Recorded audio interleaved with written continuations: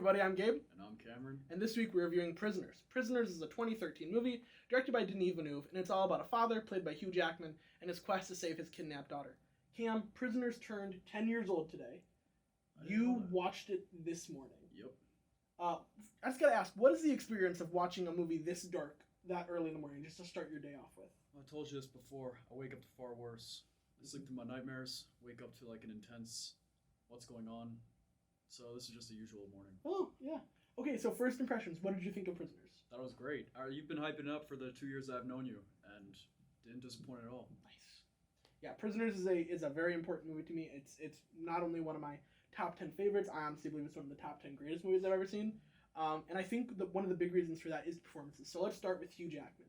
He plays a man whose daughter, or two daughters, has been kidnapped. Well, it was one of his daughters, and then was it? Terrence Howard's daughter was also okay. kidnapped. Thank you for correcting me. So their daughters were kidnapped, and he will do anything to save them. Yeah. And he kind of spirals into madness. Yep. He becomes a demon.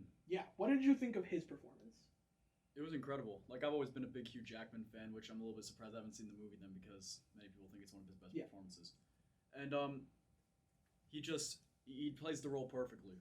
That's all I really can say about it. Yeah, I think the best example of how good he is in this movie, there's a scene where he is torturing the man he believes has kidnapped his daughter, and he is holding his hand to the sink, and he's breaking the sink with a hammer.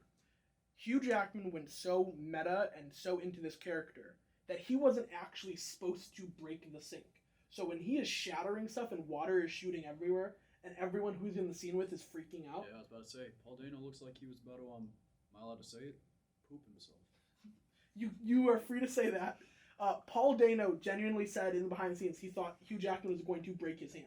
Because he's just swinging a hammer and destroying a bathroom and screaming about where his daughter is.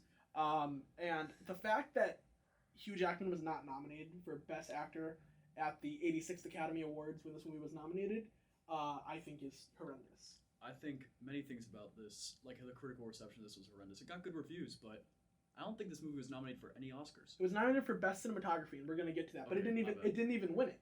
And the issue is, it's kind of the same thing as Zodiac, another phenomenal movie, but like just because when it came out in the year, it didn't really get any awards love. Guess they just don't like Jake Gyllenhaal. Apparently not. But let's talk about Jake Gyllenhaal. He plays Detective Loki, who is the officer trying to figure out this kidnapping.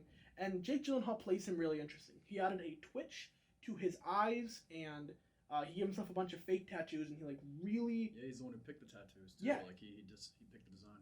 And I think that really helped him with the character. Detective Loki kind of starts out flat, and then really transitions into maybe understanding what Hugh Jackman's character is going through. So what did you think of Jake Gyllenhaal in this? Another great performance. I don't think this movie had any bad performances. I think he did a really good job portraying the detective, and I do agree, like, he does a good job, like, kind of, like, realizing, like, you know, because at first it's like he doesn't agree with much of what Hugh Jackman's doing. Yeah. And, like, he doesn't like how he's trying to take matters into his own hands, but by the end of it, you do feel like he's like, I understand what this guy's going through. Exactly. There's a scene in this movie, and this isn't a spoiler, an old man shows Jake Gyllenhaal's character a dead body in his basement. And there's no stairs that lead to the basement. It's just like a drop-off. And there's so much fear and terror in that scene. You're, like, genuinely pretty sure that Jake Gyllenhaal is about to die. And so he's got his hand, like, on his revolver. And just the emotion that's in that scene, that's so simple, you know, just a body being reported, I think is just proof of how well made this movie is. 100% agree. Yeah, and I think that starts at the top with the director, Denis Villeneuve. The only really big American movie he had made before this was 2011's Enemy, that also stars Jake Gyllenhaal, which is a really trippy guy. You know, he finds his doppelganger, and then there's spider demons. I've seen it a bunch of times. I still don't understand it. And Denis Villeneuve has gone on to be one of the biggest directors working in Hollywood. Blade Runner 2049, Dune, and Dune Part 2 that's coming out in March of this year. So what do you think of the directing in this movie? I thought he did an incredible job. This is actually, I believe, the first Denis movie I've ever seen. Because I didn't watch Dune, and I will never watch Dune. I know you'll never watch Dune. I understand. But yeah, no, I thought it was really good. That's all I really got to say. Yeah, I think Denis does a really interesting job of, like, adding things to simple scenes to make them terrifying and, like, send a chill up your spine.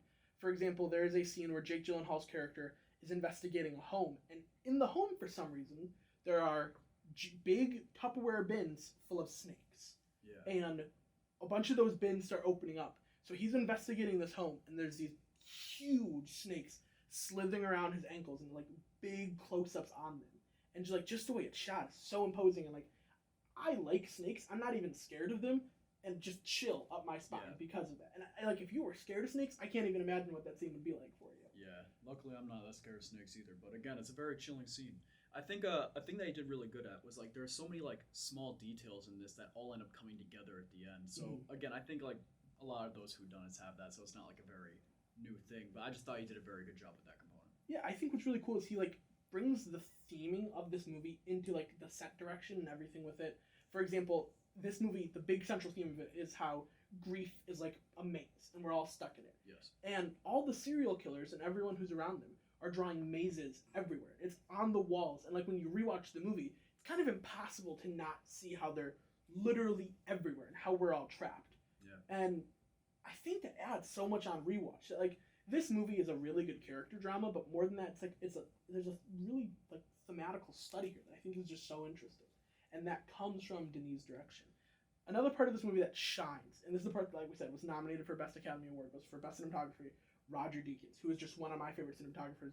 Shot Skyfall, which is another one of my 10 favorite movies. I did not know that. Yeah, and so, did you have any like scenes in this movie, just the way it was framed, that you just went, oh, that's wonderful?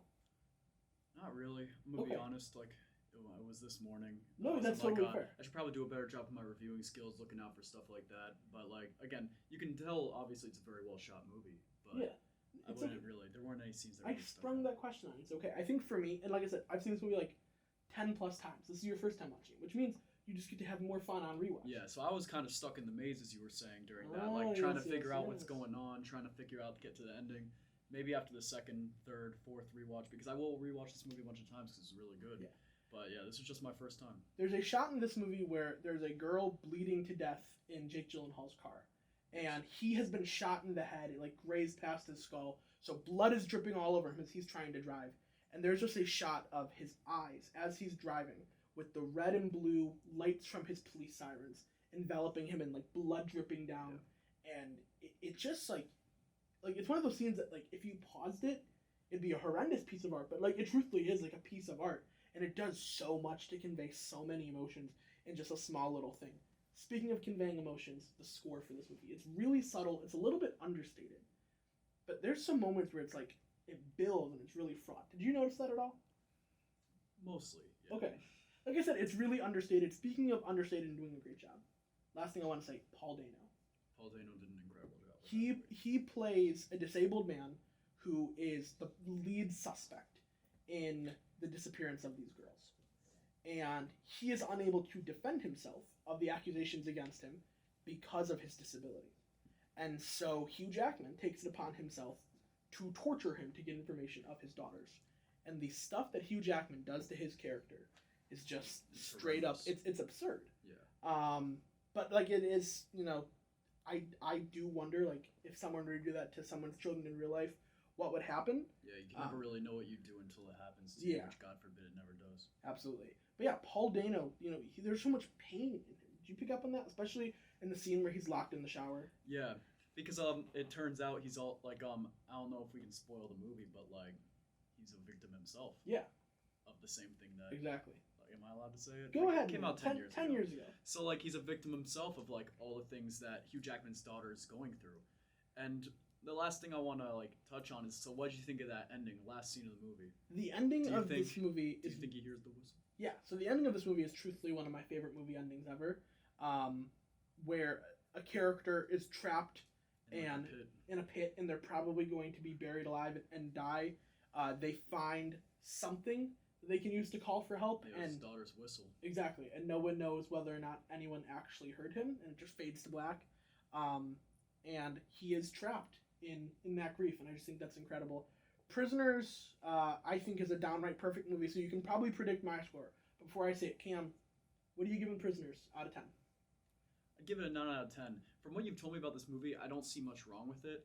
But I feel like after more and more rewatches, I'll be able to like enjoy the movie even more and appreciate it even more. So I'd give it a 9 out of 10 for now, but probably rise to a 10 out of 10 as time goes by. Absolutely. I think I would have probably given it like an 8 the first time I saw it. It really does only get better as you rewatch it. Cam, who directed this movie? Denny. Denise. We should call him Tenny, because I'm going to give you a 10 out of 10. Thank you. I workshopped that pun all day. With that horrible ending, that's all from us. We'll see you next time. Thanks for watching.